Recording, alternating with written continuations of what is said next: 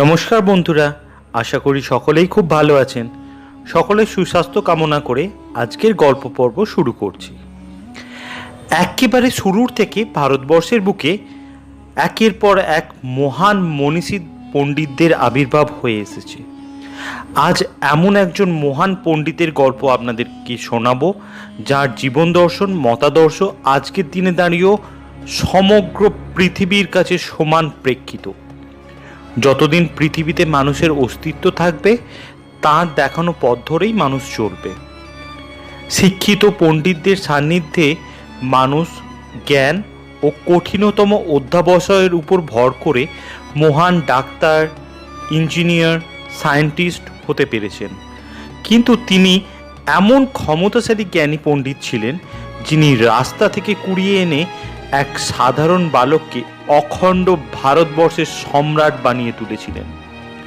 তিনি মহান পণ্ডিতের সাথে সাথে ছিলেন কিং মেকারও।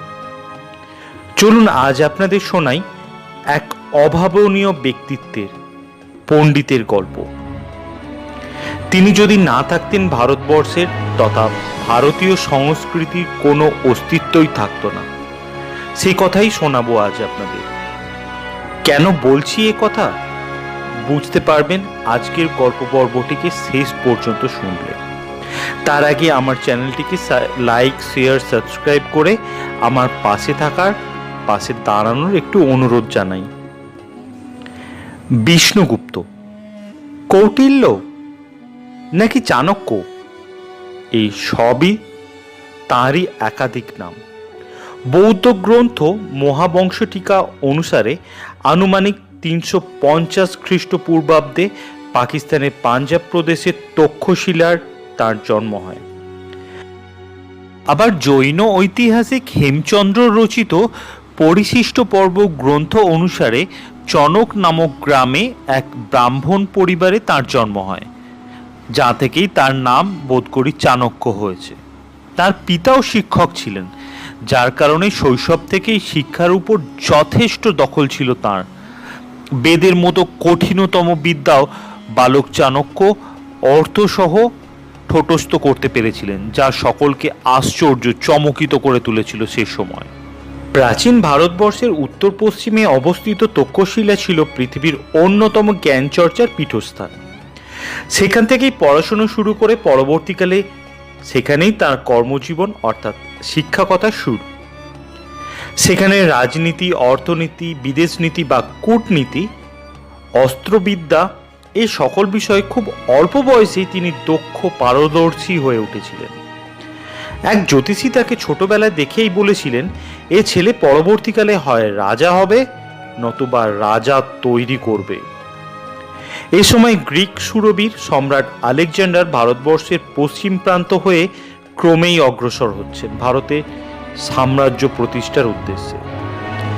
চাণক্যের দূরদর্শিতায় খুব সহজেই তিনি বুঝে গিয়েছিলেন, এদের এখনই আটকানো না গেলে এরা ধীরে ধীরে সম্পূর্ণ ভারতবর্ষ দখল করে নেবে। আর তা সম্রাট আলেকজান্ডারের পক্ষে ভীষণই সহজতর, কারণ তখনও পর্যন্ত ভারতবর্ষে কোনো ঐক্যবদ্ধ সাম্রাজ্যই গড়ে ওঠেনি। ছোট ছোট গোষ্ঠী রাজ্যগুলি একে অপরের ভীষণ প্রতিদ্বন্দ্বী, নিজেরাই নিজেদের মধ্যে যুদ্ধে সর্বক্ষণ লিপ্ত থাকে। এই মুহূর্তে আলেকজান্ডার ভারত দখল করে ফেললে পুরো ভারতবর্ষ কৃতদাসে পরিণত হবে। ভারতীয় বহুমূল্যবান সংস্কৃতি ধ্বংস হয়ে যাবে চিরতরে। কোনো অস্তিত্বই থাকবে না বেঁচে আর এই মহান সংস্কৃতি তথা এখানকার মানুষজনের। এসব কথা ভেবে সন্ত্রস্ত হয়েই তিনি বহু রাজার দ্বারে দ্বারে ঘুরে কাউকেই ঐক্যবদ্ধ করতে পারলেন না। তাই তিনি এরকম বার্তা নিয়ে সলা পরামর্শের জন্য মগধ সম্রাট ধননন্দের রাজদরবারে উপস্থিত হয়ে রাজাকে বোঝানোর চেষ্টা করলেন ভারতবর্ষের সমূহ বিপদের কথা। কিন্তু অত্যাচারী নেশাগ্রস্ত ভোগবিলাসী রাজা ধননন্দ তো ক্ষমতার দম্ভেই অন্ধ। রাজা বললেন, সারা পৃথিবীতে এমন কোনো শক্তি জন্মায়নি যা তার মতো সম্রাটকে হারাতে পারে। চাণক্য তাকে আবারও বোঝানোর চেষ্টা করতে গেলে ভরা সভায় তাকে ধাক্কা মেরে ফেলে দিলেন রাজা। তারপর তার চুল ধরে রাজপুরী থেকে বের করে দিলেন অপমান করে। সেখানে দাঁড়িয়েই তিনি প্রতিজ্ঞা করলেন, যতদিন না অত্যাচারিত প্রজা শোষক দাম্ভিক রাজা ধননন্দকে সিংহাসনচ্যুত করতে পারবেন তিনি, ততদিন নিজের চুলই বাঁধবেন না। আলেকজান্ডারের ভারতবর্ষ দখল করে নেওয়ার আশঙ্কা, তার উপর ধননন্দের কাছ থেকে এই রূপ অপমানিত হওয়া, না, আর দেরি করা চলে না, তাকে এখনই কিছু করতে হবে। বিধাতার ইচ্ছায় দেখাও হয়ে গেল বালক চন্দ্রগুপ্তের সাথে। তার বিচক্ষণতা, দূরদর্শিতা, পণ্ডিত চক্ষু দিয়ে তিনি দেখতে পেলেন বালক চন্দ্রগুপ্তের সততা, বিচক্ষণতা, নেতৃত্ব দেওয়ার দক্ষতা এবং জ্ঞানের প্রতি আকর্ষণ। তাই তাকে নিজে হাতে প্রশিক্ষিত করে খুব অল্প সময়ে রাজপাটে পারদর্শী করে নিয়ে নিজের অস্ত্ররূপে গড়ে তুলেছিলেন তিনি। কিন্তু তাদের হাতে কোনো সামরিক ক্ষমতা ছিল না আলেকজান্ডারকে প্রতিহত করা বা ধননন্দকে পরাজিত করার মতো।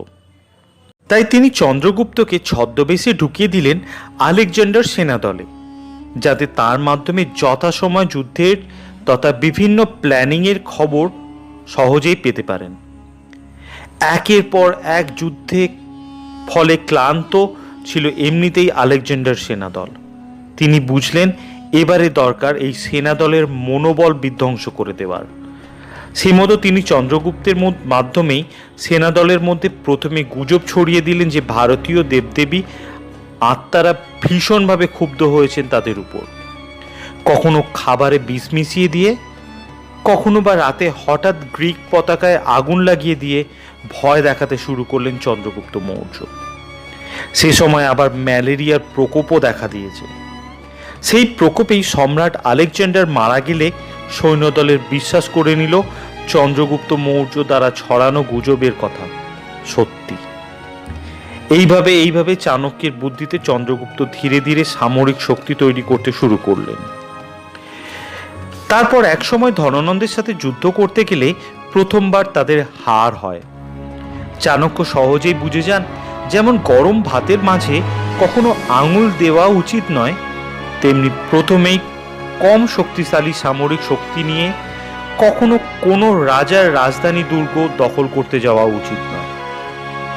তাই তারা জেতা শুরু করলেন দূরের রাজ্যগুলোই একেবারে সীমা থেকে, যা ধননন্দের সামরিক আয়ত্ত থেকে অনেকটা দূরে।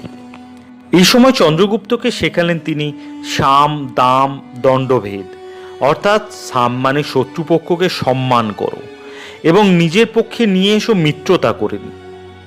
দাম অর্থে সম্মানে বা বন্ধুত্বের দ্বারা সম্ভব না হলে অর্থের দ্বারা অথবা কিছু বস্তুর লোভ দেখিয়ে জেতার চেষ্টা করো শত্রুকে। সাম ও দাম দ্বারা সম্ভব না হলে তখন দণ্ড অর্থাৎ শাস্তি দিয়ে বা যুদ্ধ করে যেত শত্রুপক্ষ। তারপরেও যদি জেতা না যায়, শত্রু শিবিরে ভেদাভেদ পন্থা বা নিজেদের মধ্যে লড়াই করিয়ে দিয়েই দুর্বল করে দাও শত্রু শিবির। বিভিন্ন রাজার সাথে বিষকন্যাদের প্রেমে লিপ্ত করে দিয়ে অনেক সময় তাদের সাথে যুদ্ধ না করেই জিততে শিখিয়েছিলেন তিনি। চন্দ্রগুপ্ত মৌর্যের জন্য সেনাদল নিজে হাতে গড়ে দিয়েছিলেন তিনি তোষামোদী ব্যক্তিদের একেবারে পছন্দ করতে পারতেন না। তিনি বলতেন সাপ আর দুর্জন ব্যক্তির মধ্যে সাপ অনেক সুরক্ষিত, কারণ সাপ ছোবল একবারই মারবে, কিন্তু দুর্জন শত্রু বারংবার প্রতি পদে পদে আঘাত করবে। তার দূরদর্শিতা, বিচক্ষণতা ও বুদ্ধিমত্তার কারণে খুব অল্প সময়ে 8 লক্ষ সেনাদল গড়ে তুলতে পেরেছিলেন চন্দ্রগুপ্ত মৌর্য, যা শুধু ধননন্দের সেনার দলের 4 গুণ বেশি ছিল না, তৎকালীন সময় অন্যতম সর্ববৃহৎ সামরিক শক্তিতে পরিণত হতে পেরেছিল। তার লেখা চাণক্যনীতি গ্রন্থে তিনি 10টি নীতিকথা চন্দ্রগুপ্ত মৌর্যকে তথা সমস্ত মানব গোষ্ঠীকে বিশেষ করে শিখিয়ে গিয়েছিলেন। প্রথম, মূর্খ ব্যক্তির সাথে কখনো তর্কে জড়ানো উচিত না। দ্বিতীয়, নিজের দুর্বলতা কখনোই কাউকে দেখানো উচিত নয়। তৃতীয়, মানুষের একটি দোষ তার সমস্ত গুণকেই নষ্ট করে দিতে পারে অচিরে। চতুর্থ, অর্থ বা সম্পদ সর্বদাই বুঝে খরচ করা উচিত। পঞ্চম, নিজের থেকে কম বা বেশি প্রতিষ্ঠিত ব্যক্তির সাথে কখনোই মিত্রতা করা উচিত নয়। ষষ্ঠ, সর্বদা বর্তমানে বাঁচা উচিত।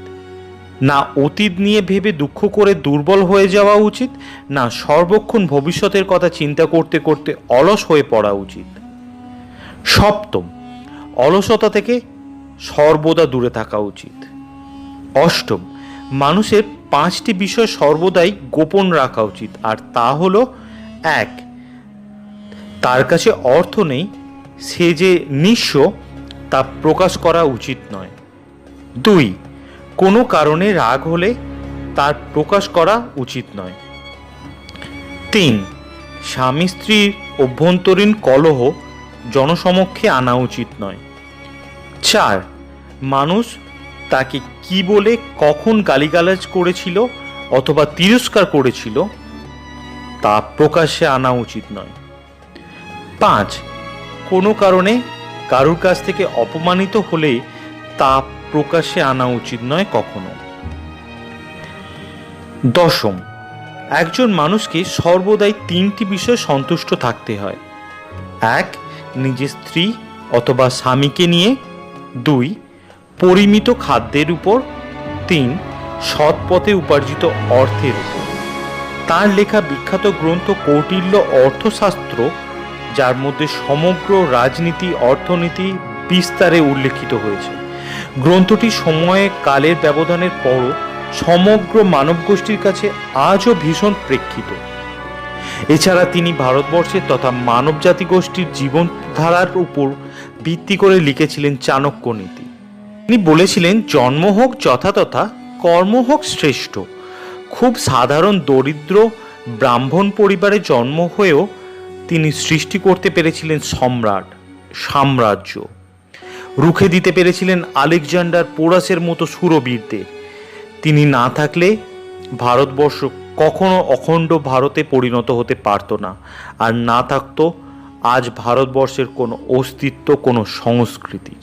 কেউ বলেন চন্দ্রগুপ্তের অনুরোধেই নাকি বিন্দুসারেরও মুখ্যমন্ত্রী ছিলেন তিনি। পরবর্তীকালে বিন্দুসারের ভ্রান্ত ধারণার কারণে তাকে হত্যা করেছিলেন বিন্দুসারী। আবার কেউ বলেন বৃদ্ধ বয়সে সন্ন্যাস ধর্ম গ্রহণ করে বনবাসী হয়েছিলেন তিনি।